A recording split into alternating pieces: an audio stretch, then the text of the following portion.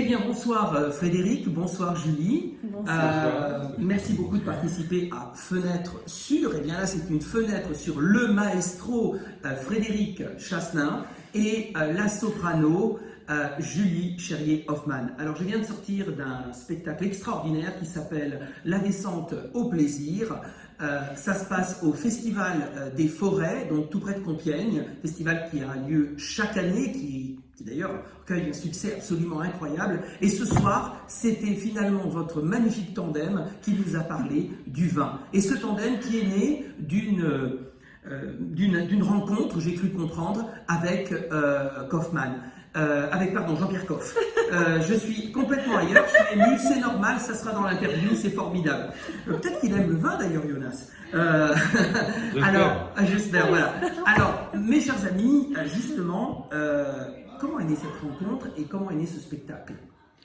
Je vais peut-être répondre, bien que la galanterie me pousserait à laisser Julie, mais bon, c'est vrai que la rencontre avec Jean-Pierre, c'était moi.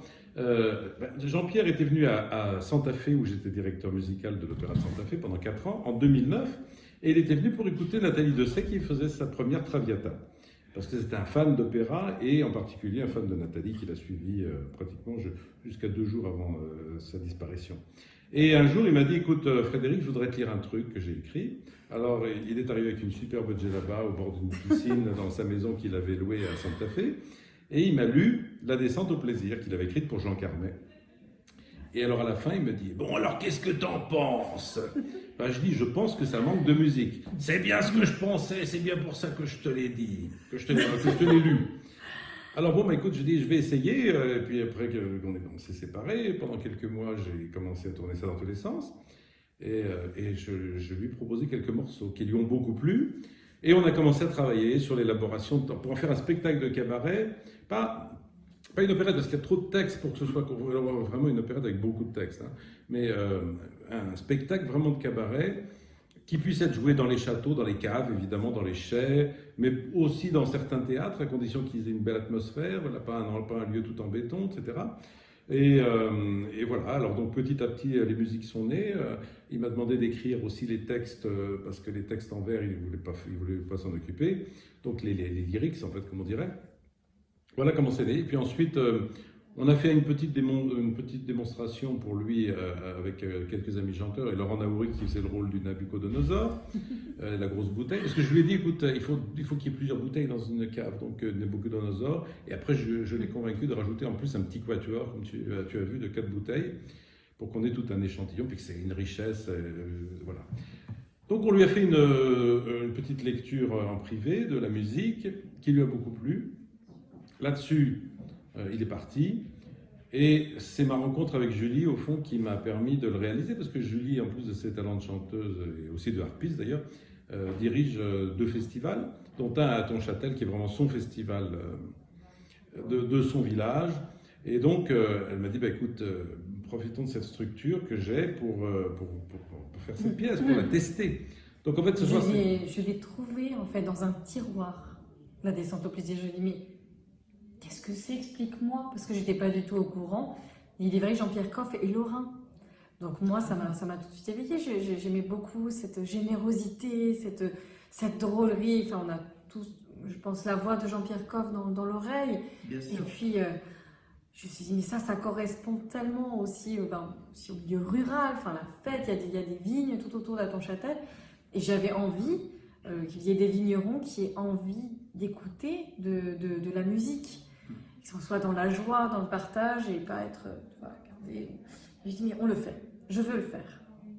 C'est exactement ce qui est ressorti ce soir en fait. C'est-à-dire qu'en tant qu'auditeur, en tant que spectateur, ce qu'on entend, ce qu'on ressent, c'est déjà un thème extrêmement fédérateur, le vin, un thème qui réunit, un texte parfaitement accessible et même, je dirais, presque commun, mais c'est bien parce que ça attaque, ça accroche d'une sensualité absolument forte. Et moi, ce que je veux dire, c'est vrai que ce spectacle-là, La descente au plaisir, je le dis vraiment, si vous en entendez parler, il faut aller voir le spectacle. Ce soir, les interprètes étaient bien sûr géniaux, peut-être qu'il y aura des déclinaisons. On avait aussi ici dans le rôle de Nabucodonosor le superbe Thomas Morris, je tiens à le dire, parce qu'il apporte une truculence extraordinaire. Ah, oui. On avait derrière, je n'ose dire des chœurs, parce que ce sont des solistes, on a eu une interprétation magistrale de l'ère de la Bohème de Carmen. Et puis évidemment, toi, Julie, qui apporte, et là vraiment je le dis avec beaucoup de sincérité, parce que je te connais depuis un certain temps, vraiment une sensibilité. Tu vois, ce qui te caractérise, c'est cette espèce de rapport au texte qui fait que quand on est aussi bien dans ton dernier CD dont on va partir tout à l'heure, on va parler tout à l'heure, donc Chanson pour elle, ou dans ce type de répertoire où on pourrait croire immédiatement qu'on va pas t'attendre immédiatement là-dedans, encore que je te vois dans La Dame de Monte-Carlo. Hein. Je vais un jour peut-être essayer de le faire. C'est vrai que c'est parfois donné à des mezzo, mais quand même, je pense que tu aurais le truc, quoi. Mais en gros, voilà, pour dire que au final, ça passe. Ce spectacle, et toi, dans ce rôle, eh ben, ça passe. C'est-à-dire que nous, on le reçoit. Et tout ce qui pourrait être considéré, peut-être si on le lit comme ça, certains, peut-être un peu de ce milieu un peu polissé de l'art lyrique, un peu vulgaire sur certains mots, ben, ne le devient pas du tout. Et au contraire, c'est super drôle, c'est comique, c'est génial. Et comme Jean-Pierre qui n'était jamais vulgaire, il pouvait dire des choses très salées, mais ça n'était jamais vulgaire, parce qu'il n'était pas vulgaire lui-même. Il y a des gens qui pourraient dire le tiers de ce qu'il disait, mais qui sont vulgaires intérieurement, et ça sortirait vulgaire. C'était la façon dont... Même quand il disait son fameux « c'est de la merde » à la télévision, Ouais, c'est génial. c'était une invocation pratiquement plus, mais c'était pas une grossièreté. Non, bien sûr, bien sûr. Et évidemment, la composition de toi, Frédéric, et là, on est vraiment à l'interface d'une culture colossale. Enfin, on y voit, évidemment, c'est du Frédéric Chasselin, mais on peut y entendre du Poulenc, on peut y entendre du Bernstein, on peut y entendre du Gershwin, du Offenbach. Enfin, c'est absolument génial. Ce final est absolument génial. Et ça me permet de rebondir sur la deuxième question. Voilà, vous êtes tous deux à des moments d'une carrière absolument incroyable. Quels sont les maîtres, les compositeurs, les interprètes qui vous ont inspiré? C'est difficile comme question parce que, évidemment, on pourra dire que c'est difficile d'en choisir un. Mais est-ce qu'il y a peut-être une œuvre ou deux, un interprète, un maître dans vos parcours personnels qui a fait que, quelque part, à chaque fois que vous jouez, vous vous rendrez un peu grâce à cette ou celle? Oui, alors il y a Denise Duval dans, par exemple, La Voix humaine ou dans Le Dialogue des Carmélites.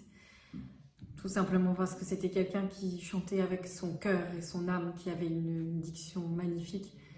Il y a Régine Crespin dans Sherazade, Les Nuits d'été. C'est vrai qu'il y a des figures où je me dis, mais je vois la partition et je les entends et je me dis, bon, c'est pas le moment parce que, mon Dieu, elles sont tellement grandes et je les écoute avec beaucoup d'humilité. Je pense parce que tu es là, Stéphane, à Michel avec son humour et toujours le sourire dans la voix. Alors oui, il y a beaucoup de chanteurs français parce que j'aime la musique française.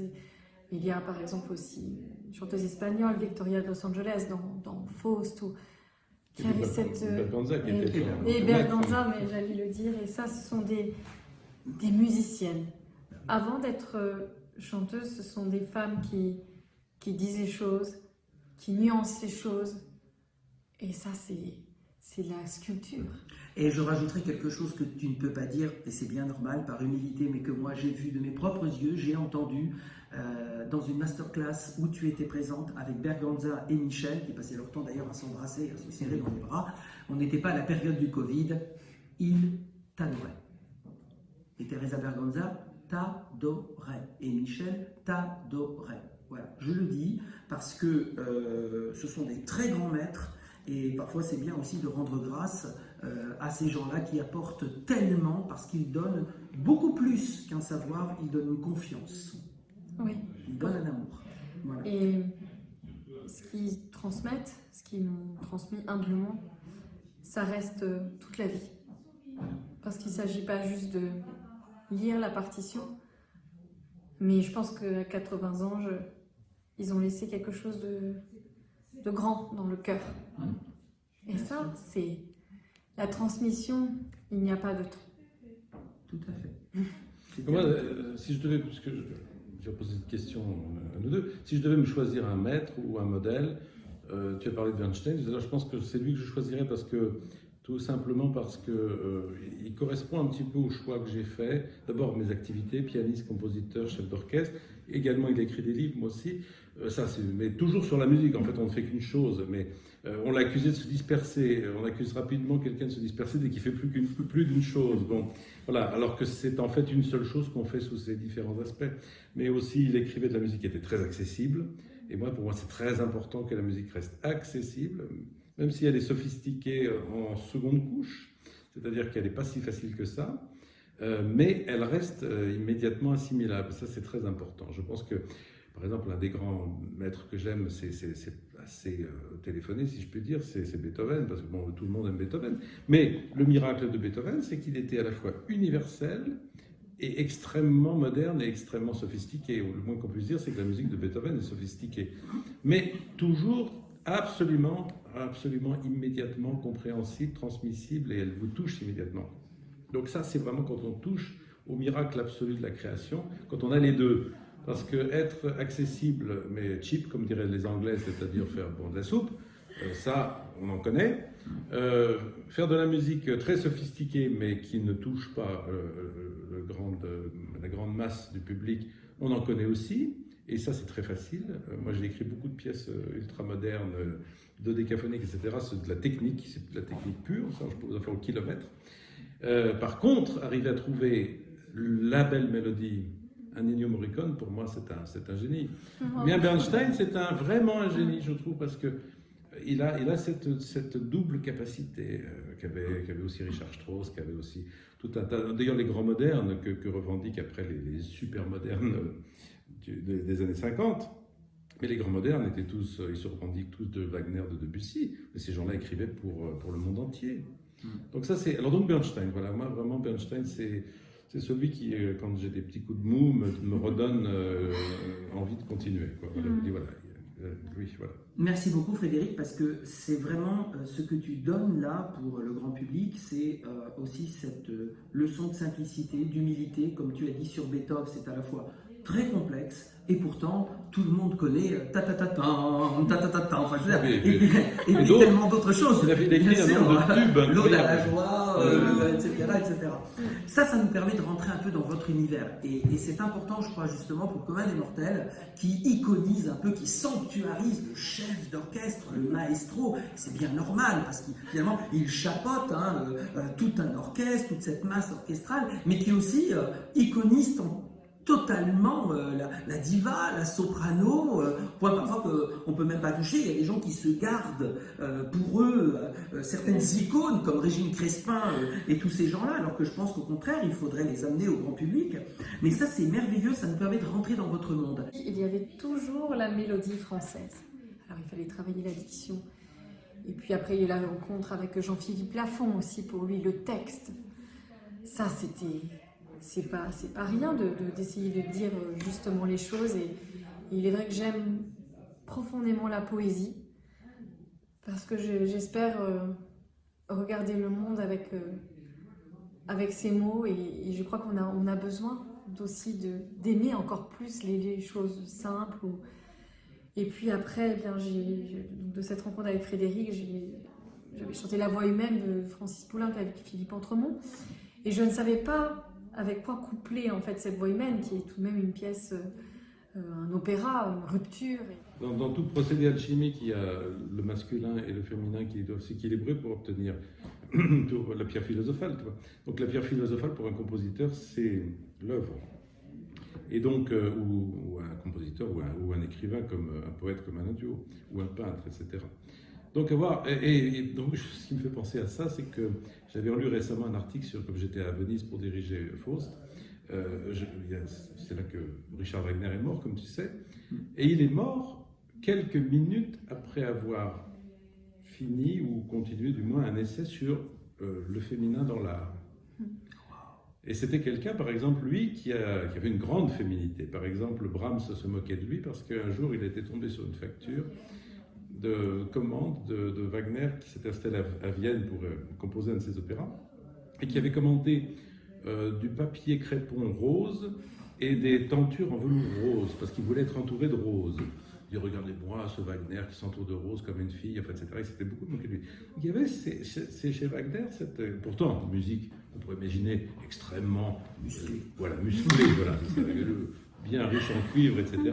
Et c'était quelqu'un qui assumait sa part de féminité tout à fait. Et tu as raison de dire, moi c'est exactement ça, c'est tout à fait vrai. Quand j'ai lu les poèmes d'Alain, j'y ai senti, bon, c'est un hommage à la femme, mais c'est sa part de féminité, je crois, qu'il a fait vibrer dans ses poèmes, qui sont effectivement, qu'on aurait pu croire, écrits par Yourcenar, qu'on aurait pu croire... Oui, par Louise de Limorin. Mais surtout, moi, ce que j'ai ressenti, à force de les travailler, c'est qu'au-delà de la femme, de ce qu'on peut voir, on a l'impression qu'il traverse la peau. Que dans une femme, il y a tout un monde, il y a un grand voyage, et ça, la poésie d'Alain est quand même merveilleuse. Ouais. Et ça passe parfaitement. Et il y a une chose très pragmatique, parce que je suis aussi quelqu'un de très pragmatique, c'est qu'en cette période si difficile, si tragique, où nous vivons finalement des meurtrissures permanentes, eh bien c'est un moment de réconfort. Et ça aussi, cette approche qui n'est pas forcément intellectuelle de la musique, mais tout simplement un bien-être, un réconfort. On passe le CD puis on se sent bien. Voilà. Et ça, c'est quelque chose qui pour moi compte, parce qu'on est dans une période effectivement où les choses sont assez difficiles. Et c'est pour ça que je te garantis d'avoir énormément recommandé Chanson pour elle, parce que vraiment, ça rentre dans cet univers-là. Voilà. Et bien sûr, quand on écoute certains passages de certaines œuvres, la force du destin, on va chercher autre chose. Mais voilà, c'est ça. C'est vraiment prendre le temps. On peut très bien écouter juste une mélodie à un moment donné de sa journée, puis les avoir après dans la tête et se dire « Ah oui, ça me fait penser à ça. » Et puis il y a un miracle de la mélodie, en tout cas. Bon, moi, je suis chef d'orchestre d'opéra beaucoup, comme tu le sais. J'ai dû diriger peut-être pas loin de 2000 soirées d'opéra sur 80 ouvrages. Bon, je ne vais pas faire mon panégyrique, mais tu sais par là, j'aime l'opéra. J'aime l'opéra, mais pour moi, au-dessus de l'opéra, il y a, en tant que musicien, il y a une soirée de leader ou de mélodie. Pour moi, accompagner une soirée de mélodie ou une soirée de leader, c'est un plaisir musical qui est largement au-dessus du plaisir de diriger un opéra. Tout simplement parce que on a un contrôle sur ce qu'on fait, qui est absolu. Dans un opéra, c'est pour ça que par exemple le grand chef roumain, Serducci Bidac, refusait de diriger de l'opéra, parce qu'il disait « je n'ai aucun contrôle ». La mise en scène, etc. Enfin, il y a plein d'éléments, le plateau qui est en dessous de l'orchestre, enfin, etc. Il y a plein d'éléments qui font qu'il ne peut jamais obtenir un contrôle parfait et donc un contrôle absolu du résultat qu'il veut. Alors ça ne veut pas dire qu'on a un résultat parfait et absolu de ce qu'on voudrait, mais en tout cas, on peut approcher, on réduit au maximum les interférences entre la musique et le public. Et c'est vrai que quand on a un opéra, alors on connaît pas mal de mises en scène qui sont des grosses interférences avec l'ouvrage, entre l'ouvrage et le public, ça c'est évident, mais vous avez des mises en scène bâclées, des mises en scène tordues, des mises en scène, vous avez tout un tas de problèmes, les éloignements entre les chanteurs, l'orchestre, des problèmes acoustiques, des problèmes de balance, etc. Bref, tout ça fait que une soirée d'opéra, c'est toujours un compromis, de toute façon. C'est toujours un compromis par rapport à ce que peut être, par exemple, un enregistrement d'opéra. Un enregistrement d'opéra, on peut atteindre une certaine perfection. Mais dans la mélodie, on est dans l'essence de la musique, avec le minimum d'interférences possible entre la partition et ce que le public va recevoir. Pour ça, c'est pour ça que, pour moi, c'est vraiment la perfection au niveau du vocal, disons. C'est vraiment ce qui caractérise aussi Frédéric, c'est cette espèce d'engagement, évidemment musical à fond en tant que chef d'orchestre, mais aussi dans la vie, tu as des engagements, on sent bien tes engagements solidaires, on le voit passer dans les réseaux sociaux, hein, d'ailleurs on les citera tout à l'heure, d'ailleurs on peut les citer parce que pour vous suivre vos réseaux sociaux, comme ça c'est important, aujourd'hui c'est un moyen de communication, il y a donc ton Facebook, je crois, oui, Instagram. Facebook, Instagram, voilà, pour suivre un petit peu, parce que ça peut aussi aller dans des lieux où, par exemple, l'interview, on ne sait jamais, je vous le dirai, vous pourrez avoir accès aux Parisiens ou tout ça. Donc, c'est bien que des gens qui ne connaissent pas la musique sachent qu'on n'est pas simplement dans un monde sanctuarisé et déjà fini, qui est celui de l'opéra. Non, non, ce sont des gens qui vivent et qui sont bien. Et Frédéric, toi, pareil, hein, tu as un Facebook, je crois, Frédéric Chasselin, et on peut te. Voilà. Les réseaux sociaux sont un peu comme des agents, ce sont des nuisances nécessaires. Oui. Voilà, exactement. Mais cet engagement-là, quand tu dis c'est génial, enfin voilà, une soirée de ligue, une soirée de mélodie française, eh bien, c'est une immédiateté, ça peut être quelque chose de beaucoup plus fort qu'une soirée d'opéra. Je peux t'assurer, et tu le sais très bien, qu'on entendra bien souvent très peu de gens du monde lyrique le dire, qui sacralisent un peu l'opéra, alors que là, effectivement, on est à l'essence même de l'humain, parce que déjà, on est souvent beaucoup plus proche. Je vais continuer avec une chose là, par rapport au contexte actuel, on va dire, évidemment, on vit une situation sanitaire, le Covid-19. Au regard de cette situation sanitaire, Frédéric, tu as quand même pu faire des choses absolument fascinantes dans ton actualité, comme par exemple l'enregistrement avec l'immense baryton français Ludovic Tézier du Verdi. Tu viens de faire un Faust extraordinaire à la Fenice, où d'ailleurs j'ai même vu passer, et ça c'est génial, que tu es allé voir une soirée Vivaldi, c'est formidable. Moi je suis, hein. Et donc, voilà, quelle est ton actualité? Et puis, prochaine. Et puis au regard de deuxième question de ce Covid, de tout ce qui se passe, comment tu penses, je veux dire, l'avenir quelque part de l'art lyrique? Écoute, première question, tu m'as demandé mon actualité. Bon, là à la rentrée, je vais être beaucoup au Festival Enescu sous deux formes, parce que je vais diriger Die Tote Stadt de Komgold pour ouvrir le Festival Enescu. Et pour finir le Festival Enescu, Nicolas Dautricourt va jouer mon arrangement de la troisième sonate pour violon d'Enescu, que j'ai arrangé pour un petit orchestre de chambre. C'est pas moi qui vais diriger, mais je vais venir passivement et joyeusement écouter en spectateur. Et puis ensuite, j'aurai des concerts avec Julie et Lucienne Renaud-Davary. On va enregistrer un disque aussi. Cette année, en fait, confinement, je n'enregistre presque jamais de disque, et là j'en ai fait 7. Donc, à toute chose malheur est bon. Mais c'est le hasard, en fait, c'est le hasard du calendrier. Et puis après, ça va être un bel enchaînement italien à la rentrée avec la Scala de Milan, mes débuts dans Gioconda. Et puis ensuite, Refaust à la Fenice, parce qu'on va essayer de le refaire maintenant en version normale, disons, c'est-à-dire avec les chanteurs sur scène et le public dans le parterre. Voilà, ça c'est les éléments. Aussi un Péléas à Budapest, avec ma formation, enfin mon arrangement, j'ai fait un arrangement avec ce que j'appelle la formation Britten, c'est-à-dire le mini-orchestre qu'il avait utilisé pour pouvoir jouer certains de ses gros opéras dans des tout petits théâtres et faire connaître ses œuvres, donc surtout Albert Herring, Turn of the Screw, Death in Venice, etc.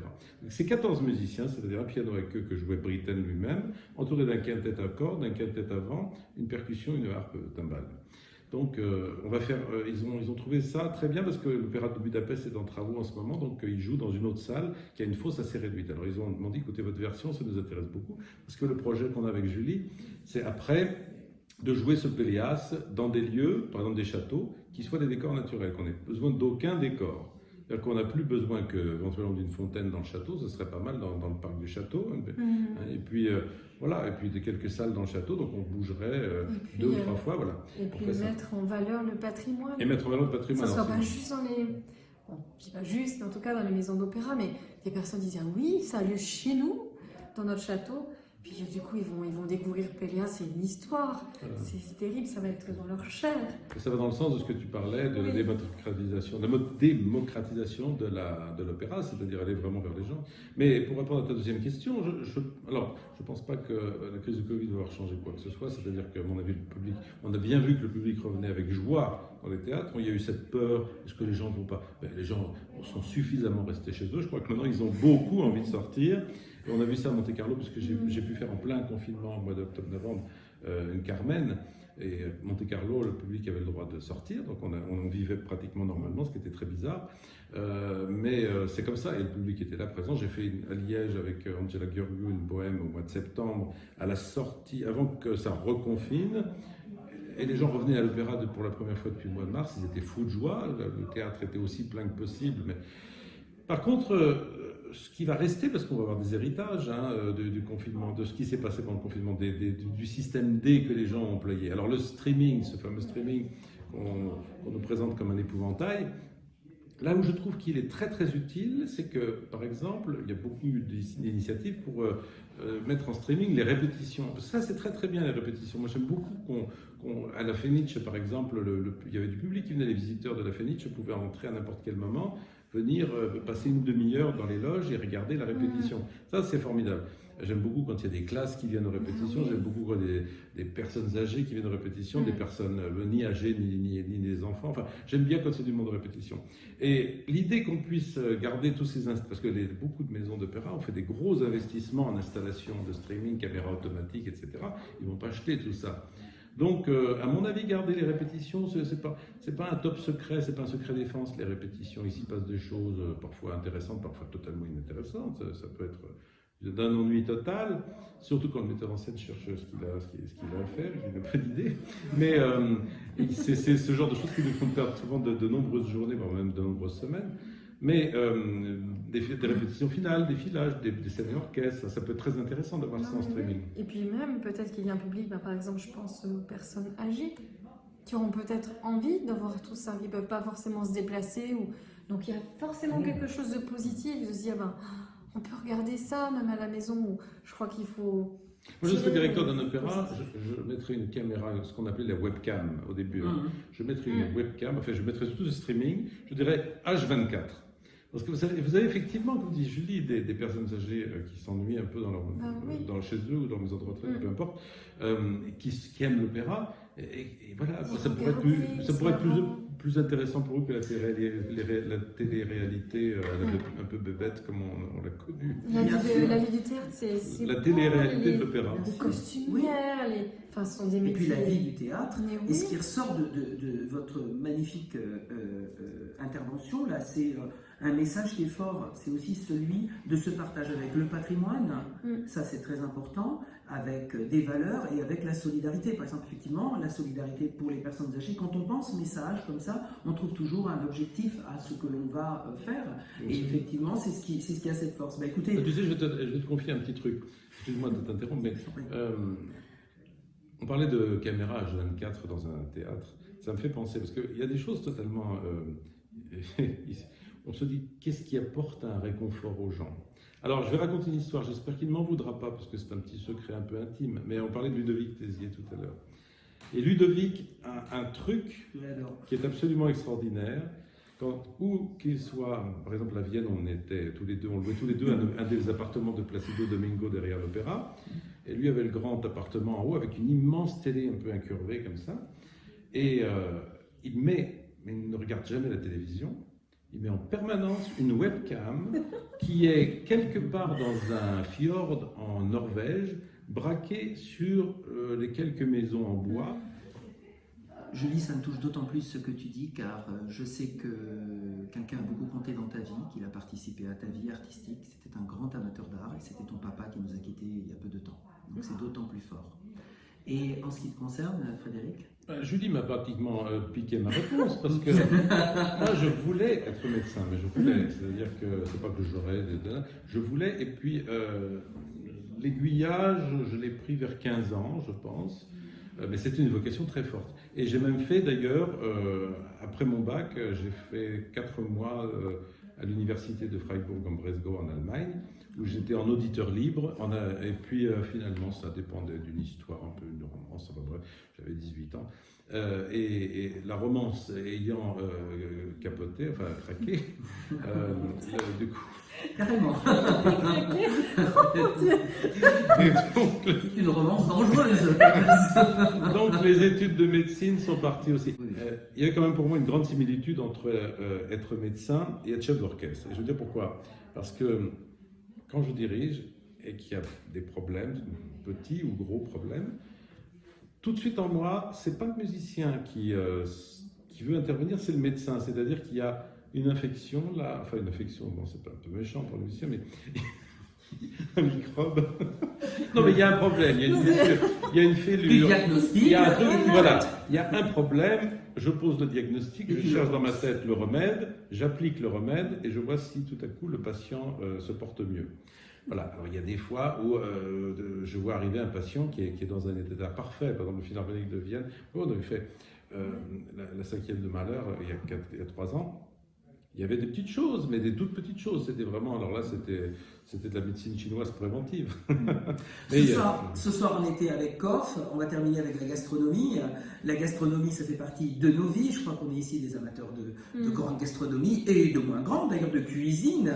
Pour Koff, la gastronomie, c'était le produit avant d'être la transformation. Je me souviens bien souvent de ces émissions où, effectivement, il insistait sur la qualité du produit, la visibilité de ce produit. Et ben moi, je vous pose une question toute simple.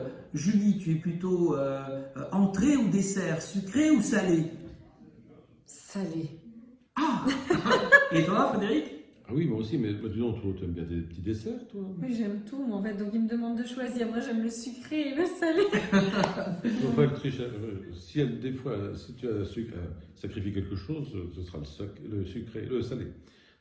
À moi, définitivement, salé. Salé. Ah oui. Oh, c'est vrai, j'adore les framboises. C'était Fenêtre sur Frédéric Chasselin et Julie Cherrier-Hoffmann. Merci à vous deux. Merci à toi. Vraiment. C'était merveilleux ce concert. Merci. Merci. Merci.